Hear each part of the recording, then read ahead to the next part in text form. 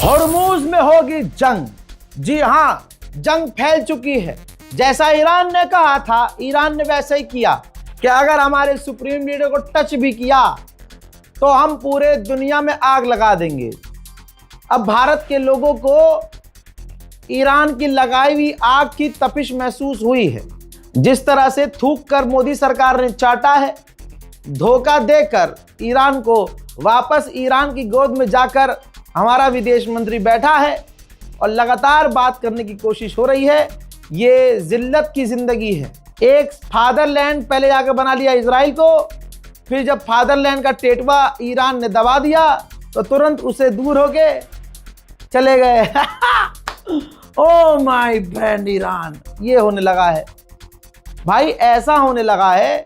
कल तक जो ईरान को मतलब खामनाई के मारे जाने पर एक ट्वीट नहीं किया था, ये देखो फारसी में ट्वीट किया जा रहा है। क्या नौबत आ गई। अरे गुलाम, ओ गुलाम। अब ट्वीट कर रहे हैं फारसी में ताकि ईरान इंप्रेस हो जाए। ईरान तमाम चीजों को समझ रहा है, लेकिन अब ये तमाम चीजों को किनारे कीजिए। स्ट्रेट ऑफ हॉर्मूज में 2000 स्पेशल मरीन और अपने कई एयरक्राफ्ट कैरियर और नए तरह के युद्धपोत अमेरिका भेजने की तैयारी में है। दिक्कत क्या है, क्यों? क्योंकि दुनिया का प्रेशर डोनाल्ड ट्रंप पे है कि साले तुम्हारी वजह से हमारे टैंकर फंस गए हैं, तुम्हारी वजह से हमारे देश में गैस है ना, एलपीजी और कई तरह की चीज़ों की कमी, इलेक्ट्रॉनिक आइटम जो भी उस स्ट्रेट ऑफ हॉर्मूज से इंपोर्ट एक्सपोर्ट होता था सब रुक गया। सीधा जनता पर असर पड़ रहा है। ट्रंप पर प्रेशर हो गया कि भाई ये तो अब तो कुछ ना कुछ करना पड़ेगा वरना ट्रंप और गाली खाएगा। तो फैसला किया है कि 2000 स्पेशल मरीन अमेरिकन और बड़ा काफिला नौसेना का अमेरिका स्ट्रेट ऑफ हॉर्मूज में भेजेगा ताकि वो लोगों को जो दूसरे देशों के टैंकर हैं उनको निकाल सके, एस्कॉर्ट कर सके। लेकिन ईरान तैयारी में बैठा है और ईरान ने जैसा शुरू से अब तक बोला वो करके दिखाया।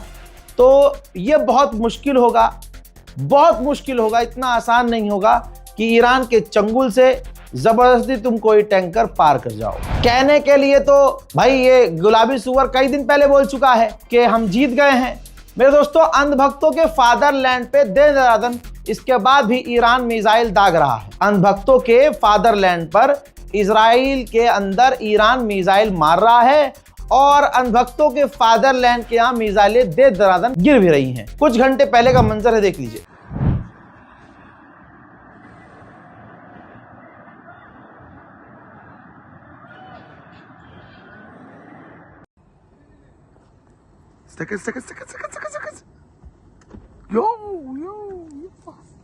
Yo.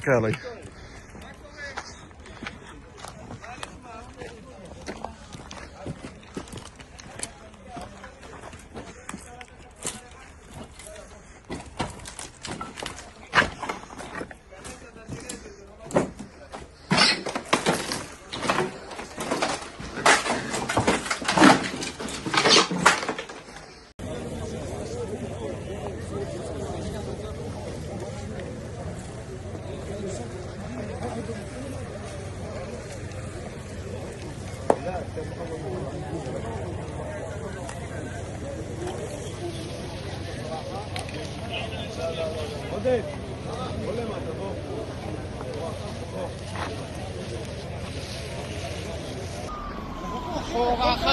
בסדר, הולכים. הרכבים שלי. אחי, הדוברות הגיעות לפה. אחרי הרכבים שלי זהו, זה הקו. תודה. הוא אמר לנו טוב. אנחנו זריזים.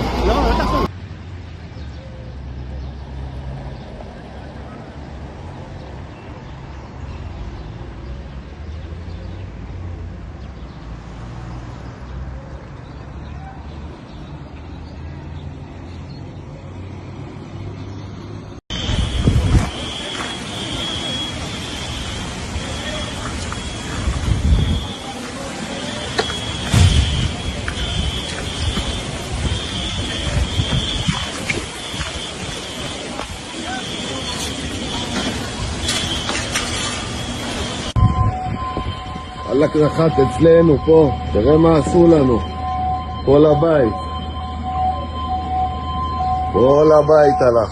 הלך הבית.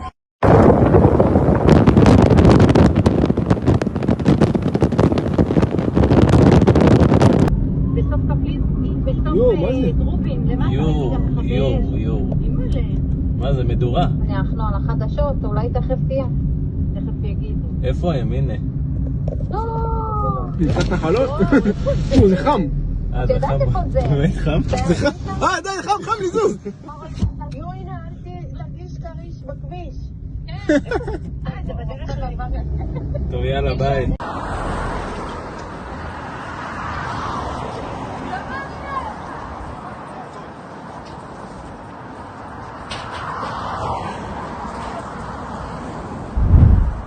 देख लिया।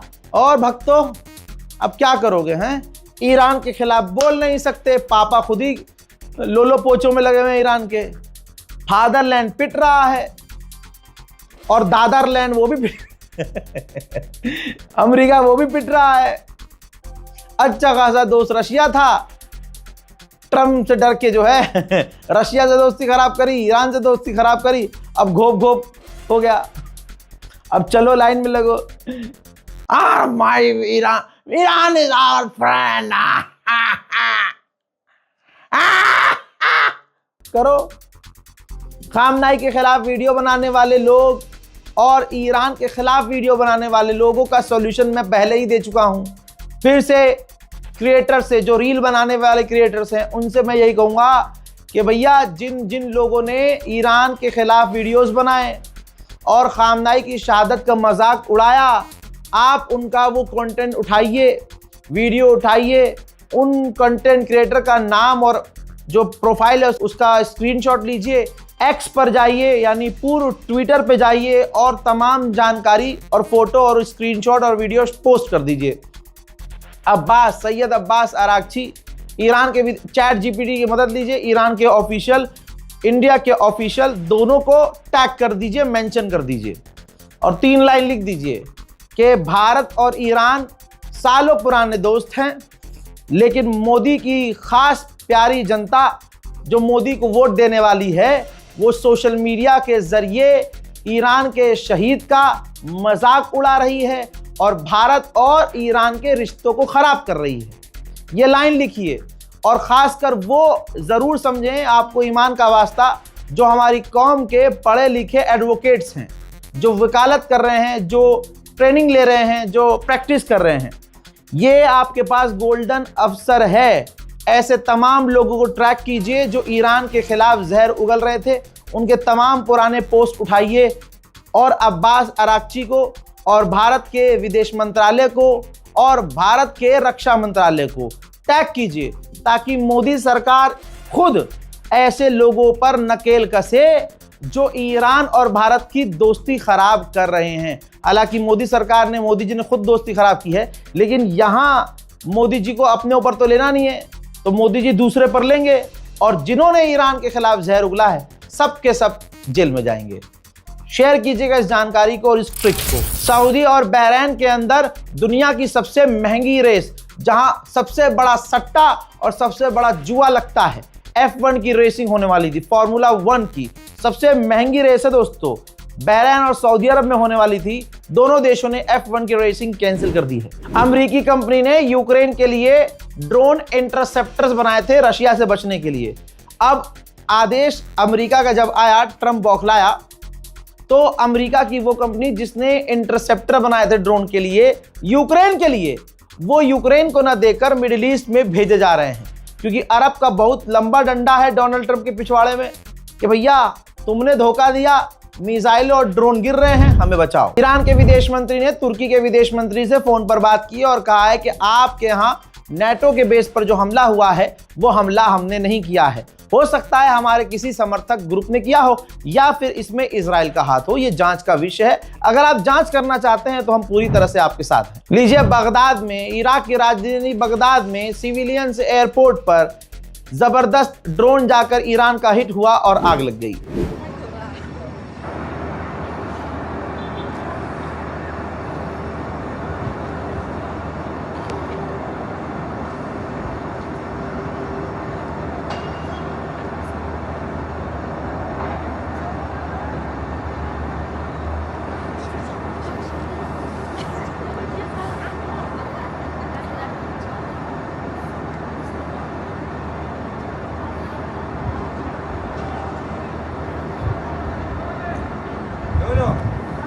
ठीक ऐसे ही अमेरिका का जो मिलिट्री बेस कुवैत में है उस पर भी हमला हुआ है। ईरान बिल्कुल हमला सीधा सीधा कर रहा है, कोई रोक नहीं पा रहा है।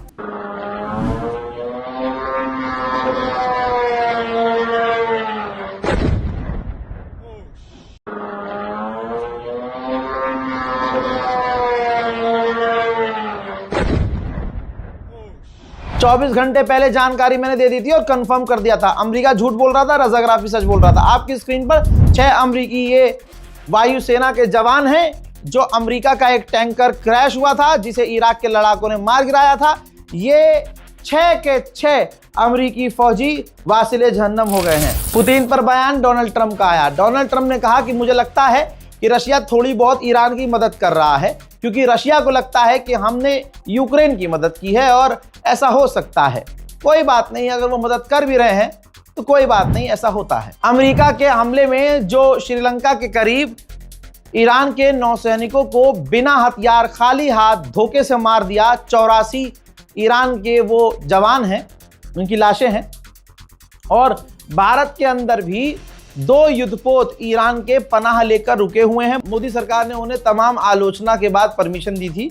तो जो भारत के अंदर जिंदा और सही सलामत नौसेना के ईरान के अफसर हैं वो पहले श्रीलंका जाएंगे। श्रीलंका से वो 84 जो बॉडी हैं वो साथ मिलेंगे और फिर ये जो ईरान के जो नेवल ऑफिसर्स हैं ईरान पहुंचेंगे।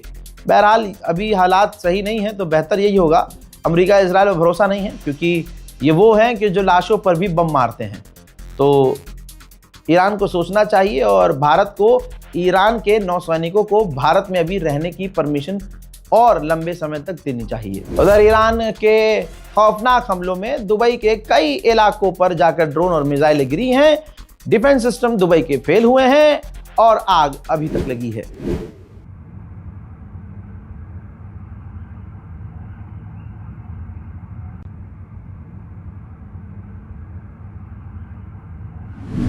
सऊदी अरब ने कंफर्म किया है कि हमने 6 ईरान के ड्रोन्स को इंटरसेप्ट किए हैं। मेरे दोस्तों, ईरान ने कंफर्म किया है कि हमने एक ऐसे व्यक्ति को ईरान के अंदर अरेस्ट किया है जो स्टारलिंक का नेटवर्क चला रहा था, स्टारलिंक का इंटरनेट चला रहा था। और जाहिर सी बात है, ऐसा इंसान दूसरों की मदद कर सकता है हाई स्पीड इंटरनेट देने के लिए। और जाहिर सी बात है, जिसके पास स्टारलिंक है, तो जब देश में स्टारलिंक बैन है तो उसके पास स्टारलिंक कहां से आया है? जाहिर सी बात है, उसका कनेक्शन बाहर से है।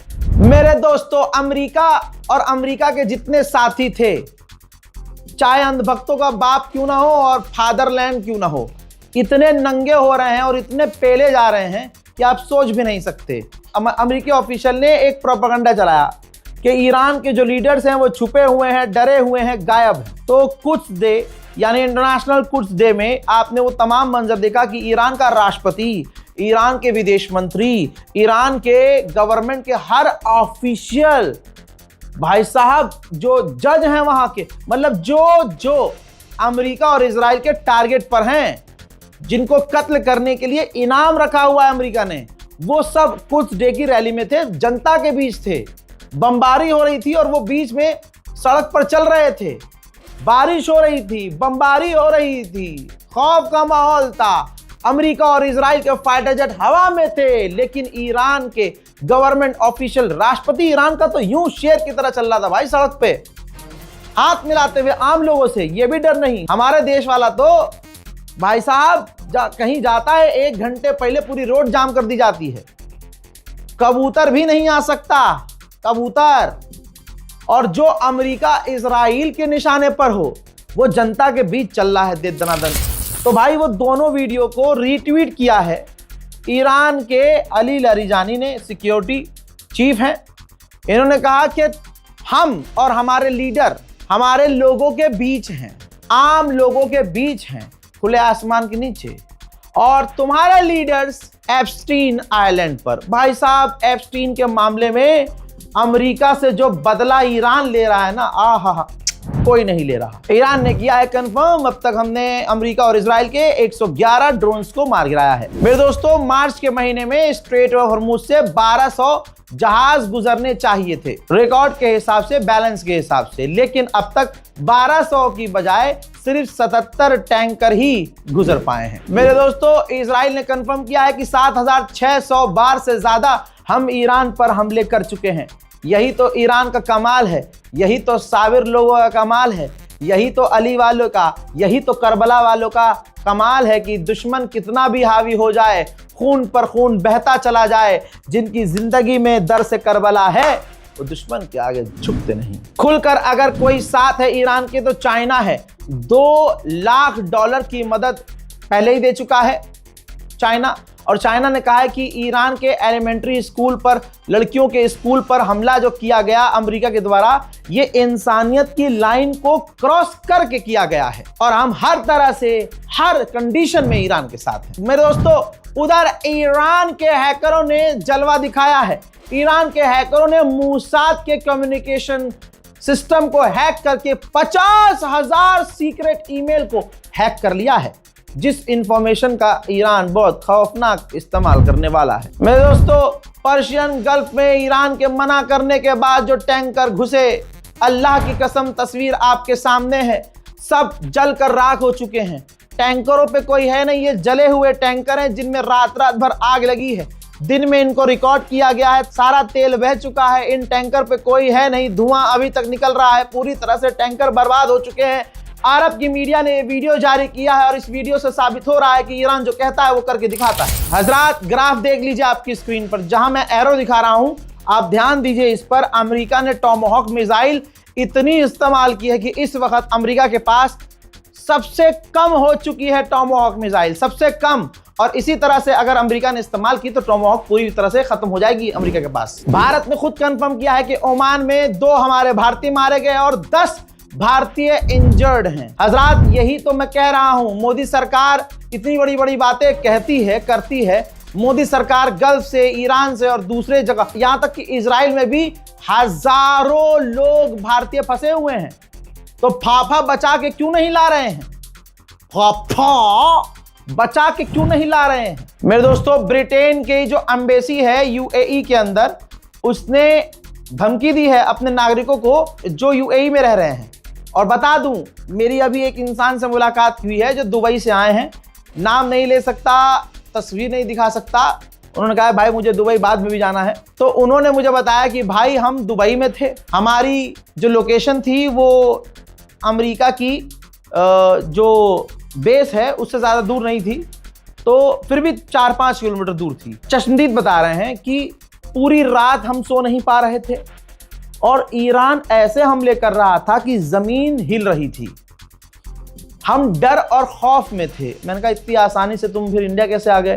कहा भाई हमारा वापसी का टिकट 3 महीने पहले से था। ठीक, 3 महीने पहले से था, वरना 90,000, 1-1 लाख, 2-2 लाख की टिकट है और मारा मारी है अलग।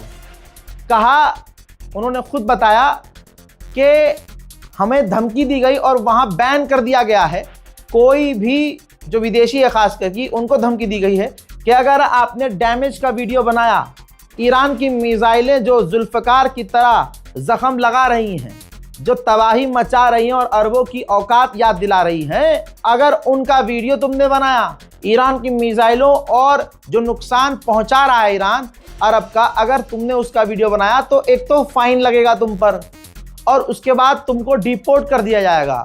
ये जितने भी विदेशी यूएई और दुबई में जाकर रह रहे हैं अरब इमारात में, एक एक को बुला बुला कर धमकी दी गई है। हाँ, तो इसलिए बेचारे जो वहां गुलाम रह रहे हैं, मजदूरी कर रहे हैं, वो आपको कुछ ना बताएंगे, ना फोन पे बताएंगे, ना आपको वीडियो भेजेंगे, वरना वो डिपोर्ट कर दिए जाएंगे। समझा करो जानम। फिलहाल के अपडेट में इतना ही। इस रिपोर्ट को शेयर कीजिए, चैनल को सब्सक्राइब कीजिए, दुआओं में याद रखिए। जय हिंद।